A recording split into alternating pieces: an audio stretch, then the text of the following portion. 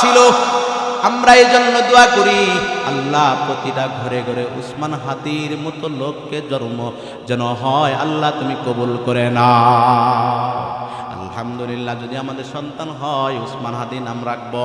নাম এই জন্য রাখবো যে আল্লাহ ওরকম ইমান, ওরকম তাকওয়া, ওরকম দেশপ্রেমিক আমাদের সন্তানরা আল্লাহ বানায় দাও। কথা ঠিক না? আল্লাহ রাব্বুল আলামিন, মালিক গো, যারাই তোমাকে নিয়ে কোরআন হাদিস নিয়ে কথা বলে এদেরকেই ওই ভিন জাতি শগুনরা অ্যাটাক করে, শগুনদের চোখের মধ্যে পড়ে। কিন্তু রে একদিন দেখবি ও শগুন, তুই যখন চোখ দিয়ে তুই অ্যাটাক করার জন্য কোরআনের পাখিদেরকে টার্গেট করবি, আমার আল্লাহ তোকে আগেই টার্গেট করার নিশানা দিয়া এই দেশ থেকে না পৃথিবীর থেকে তোর নাম চিহ্ন পর্যন্ত মুছে দিবে। কথা ঠিক না? ওদের নাম গন্ধ পর্যন্ত থাকবে না। আর উসমান হাদির নাম সারা পৃথিবীর মধ্যে থাকবে, স্বর্ণ অক্ষরে লেখা থাকবে।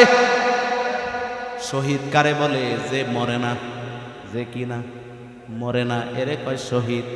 কয় মরে না হুজুর, বুঝলাম সে তো মারা গেছে, কবরে চলে গেছে, কিন্তু ভাই রে তার নামটা আজও জীবিত আছে।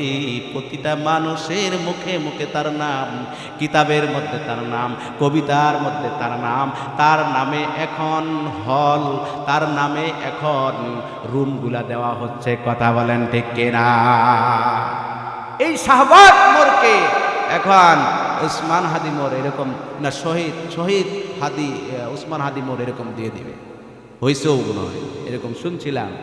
দেখলে চিন্তা করেন, মুজিব হল যেটা ইয়ার মধ্যে ইউনিভার্সিটির মধ্যে ছিল সেটাও কেউ পাল্টায় দিছে, শহীদ উসমান হাদি হল। তাহলে এই নামটা সারা জীবন থাকবে, এটাই তো শহীদ। সাহাবী আজকে নাই, কিন্তু সাহাবীদের ঘটনা আমি বলি, তারা কি শহীদ না? সুবহানাল্লাহ বলে। নবীজি নাই, নবীর হাদিস আমরা বলি, নবী শহীদ না? শহীদ। নবী মরে নাই, আমাদের নবী মরে নাই।